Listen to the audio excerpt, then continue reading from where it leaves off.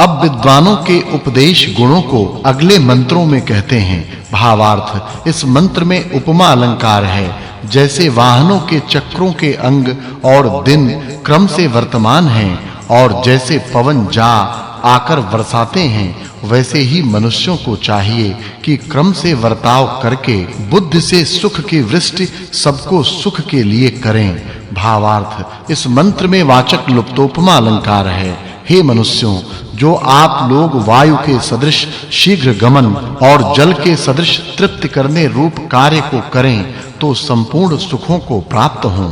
फिर विद्ध विषय को अगले मंत्रों में कहते हैं। भावार्थ, इस मंत्र में उपमा अलंकार है। जो मनुष्य पृथ्वी के सदृश क्षमाशील और विस्तीर्ण विद्या वाले वाहनों में पवन रूप घोड़े को संयुक्त करके और वृष्टि के कारणों का निर्माण करके कार्यों को सिद्ध करते हैं, वे संपूर्ण सुख कर सकते हैं। भावार्थ, जो मनुष्य संपूर्ण सत्य विद्याओं को प्राप्त होकर यथार्थ वक्ता परमात्मा और उसकी आज्ञा का सेवन करते हुए महाशय पूर्ण शरीर और आत्मा के बल से युक्त अध्यापन और उपदेश से हम लोगों की वृद्धि करते हैं, वे ही सर्वदा हम लोगों से सत्कार करने योग्य हैं। इस सूक्त में विद्वान तथा वायु के गुण वर्णन करने से इस सूक्त के अर्थ की इससे पूर्व सूक्त के अर्थ के साथ संगति जाननी चाहिए।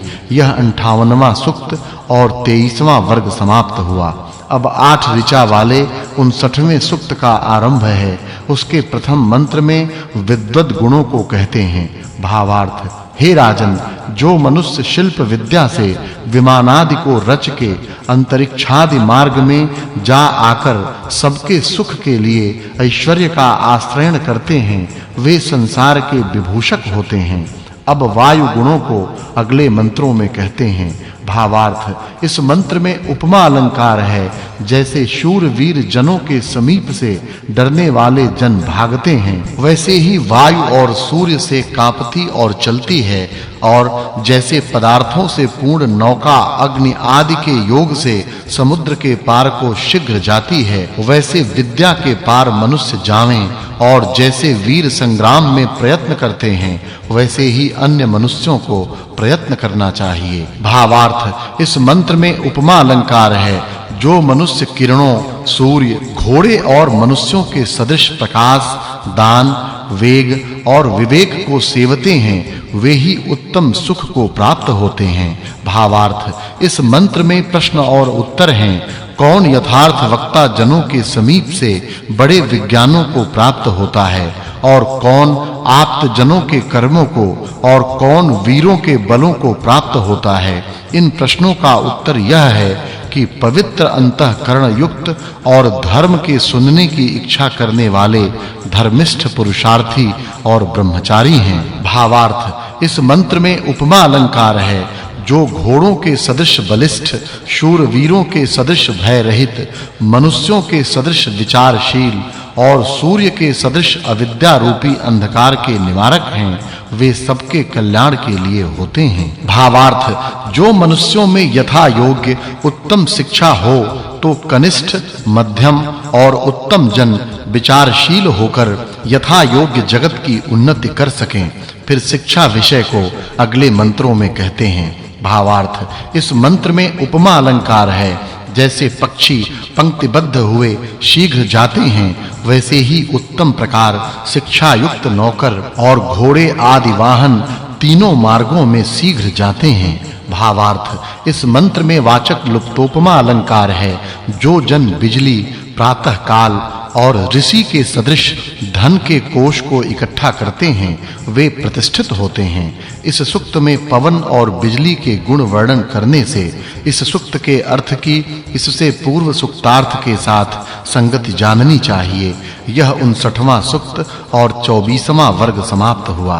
अब मनुष्यों को क्या करना चाहिए, इस विषय को प्रथम मंत्र में कहते हैं। भावार्थ, इस मंत्र में उपमा अलंकार है।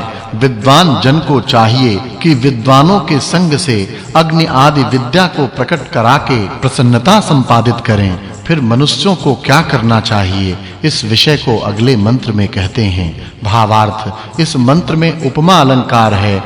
हे मनुष्यों, उत्तम विद्याओं और उत्तम वाहनों पर स्थिर होकर शीघ्र जाने के लिए समर्थ होइए। फिर मनुष्यों को क्या करना चाहिए, इस विषय को अगले मंत्र में कहते हैं। भावार्थ इस मंत्र में उपमा अलंकार है। जो मनुष्य विद्या के व्यवहार की सिद्धि के लिए क्रीड़ा करते तथा मित्र होकर कार्य की सिद्धि करते हैं, वे सब प्रकार से आनंदित होते हैं। फिर मनुष्य क्या करे, इस विषय को अगले मंत्र में कहते हैं। भावार्थ जो मनुष्य के शरीर का आश्रय करके लक्ष्मी की इच्छा करते हैं, वे दारिद्र्य का नाश करते हैं। फिर मनुष्य को कैसे होना चाहिए, इस विषय को अगले मंत्र में कहते हैं। भावार्थ जो मनुष्य पूर्ण युवा अवस्था में विद्याओं को समाप्त कर और सुशीलता को स्वीकार कर बहुत ही उत्तम हुए उत्तम स्वभाव युक्त स्त्रियों का विवाह द्वारा स्वीकार करके प्रयत्न करते हैं,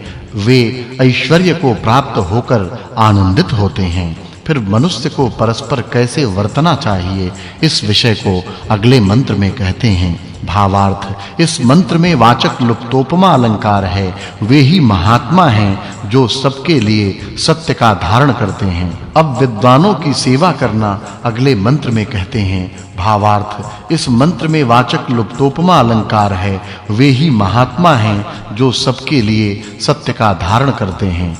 अब विद्वानों की सेवा करना अगले मंत्र में कहते हैं। भावार्थ मनुष्यों की योग्यता है कि सदा यथार्थ वक्ता विद्वानों के साथ मिलकर विद्या अवस्था और बुद्धि को बढ़ाकर औषध के सदृश आहार और विहार को करके उत्तम आचरण सर्वदा करें। इस सूक्त में वायु अग्नि और विद्वान के गुण वर्णन करने से इस सूक्त के अर्थ की इससे पूर्व सूक्तार्थ के साथ संगति जाननी चाहिए।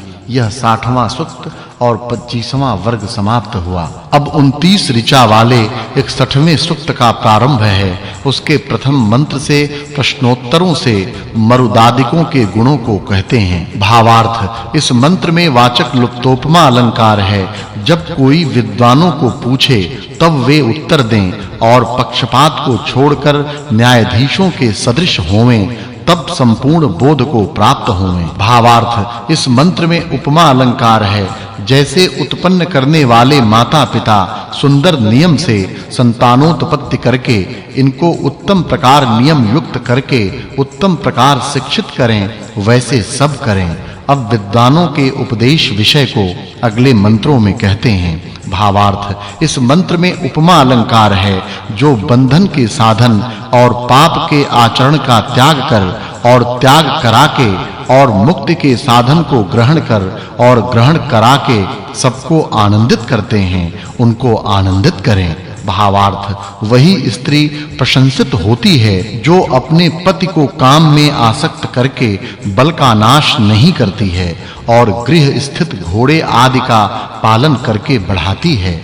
फिर स्त्री के पुरुषार्थ उपदेश को अगले मंत्र में कहते हैं। भावार्थ वही स्त्री पति से आदर पाने योग्य होती है जो अन्यायाचरण और नहीं आदर करने योग्य के आदर करने से रहित हुई पति को सुखी करती है। वही पति से निरंतर आदर पाने योग्य होती है। भावार्थ जो स्त्री पुरुषार्थी धार्मिक लोभी और कामातुर पति को जानकर दोषों के निवारण और गुणों के ग्रहण करने के लिए प्रेरणा करती है, वही पति आदि की कल्याण करने वाली होती है। फिर विद्ध विषय को अगले मंत्र में कहते हैं। भावार्थ जो आलस्य युक्त जन श्रेष्ठ कर्मों में नहीं प्रवृत्त होता है और दूसरा विद्वान पुरुष सत्य और असत्य को जानकर सत्य का आचरण नहीं करता है, वे दोनों तुल्य अधर्मात्मा हैं, यह जानना चाहिए। फिर स्त्री पुरुष के विषय को अगले मंत्र में कहते हैं। भावार्थ जो स्त्री पुरुष परस्पर तुल्य गुण कर्म और स्वभाव वाले हों तो श्रेष्ठ मार्ग अत्यंत कीर्ति और आनंद को प्राप्त हों। भावार्थ जो मनुष्य सैकड़ों व हजारों को देने वाला होता है और दुग्ध देने वाली गौओं की रक्षा करता है, वह नौका से नदी व समुद्र को तरता